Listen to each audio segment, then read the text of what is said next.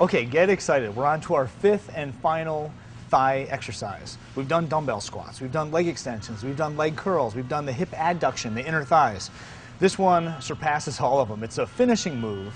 It's called a frog squat, but it really puts basically the best of both worlds together. It does a leg extension and a squat at one time with no equipment, no machine. This is great to do if you're on the road, if you're in a hotel. It's kind of an isolation compound movement. It's almost like a squat, but you're using only the knee joint instead of the knee and the hip joint. It's very difficult. There's actually 3 different positions I can put you in to make it a little bit easier. It's very safe on the knee, believe it or not. It kind of looks awkward, but it's safe on the knee joint.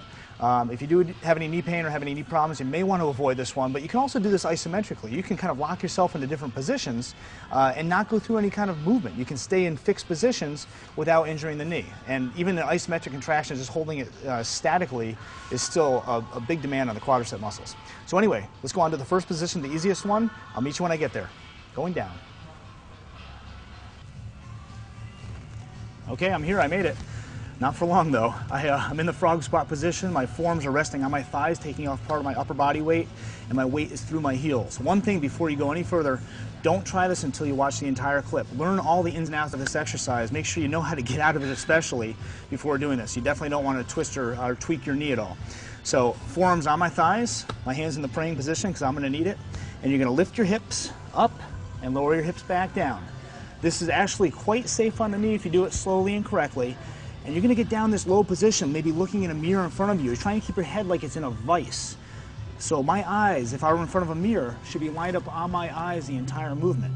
And this is an easy way to do this. I'm supporting a lot of my body weight. To make it a little bit harder, I can take my hands off my thighs, place them on the ground in front of me, and continue the movement.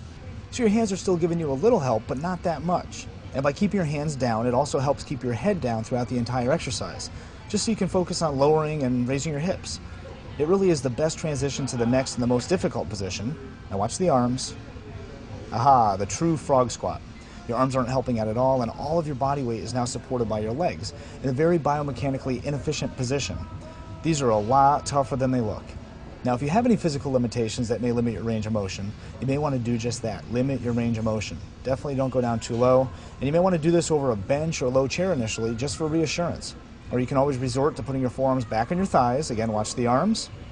Now this modified version of a frog squat is definitely a lot easier, and it's also the best way to exit the exercise. Whatever you do, never stop the exercise in the down position. Trust me, you'll be tempted to drop to the ground, but don't do it. Your knees aren't going to like it. So, key points. Keep the weight, your weight, through your heels, not through your toes. Also, use your head as the axis of rotation, keeping it in one position as best you can. You don't want to lift up your whole body up and down like you would with a regular squat. And also keep your range of motion limited. You don't want to overcompress your knee. Definitely don't bounce at the bottom. But also you don't want to go up too high at the top of the range of motion.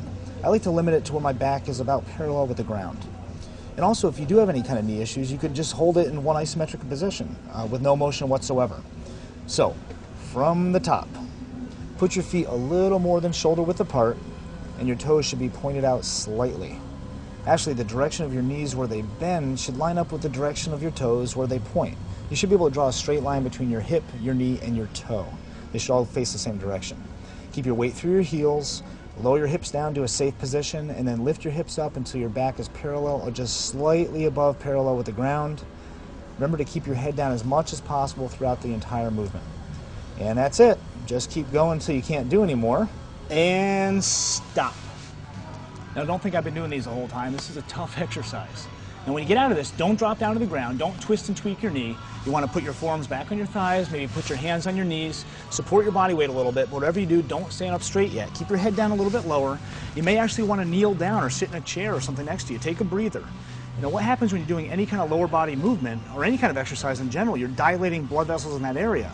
But when you dilate blood vessels in the lower body, like doing a big muscle exercise like frog squats, as soon as you stop, the blood wants to rush into that area to help clear out some of the waste products you've created. Now, if you stand up straight, the blood sinks because of gravity. It goes down to those open blood vessels, and you get dizzy. You get something called orthostatic hypotension.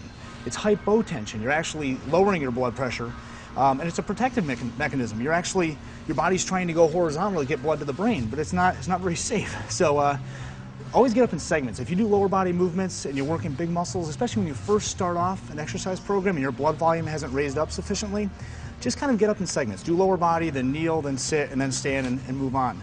Don't just stand up, lock out your legs, and let everything sink. It's not the safest way to go. Anyway, that's it for frog squats. We're on to our next exercise for lower body, our last one, and that is the calf raise.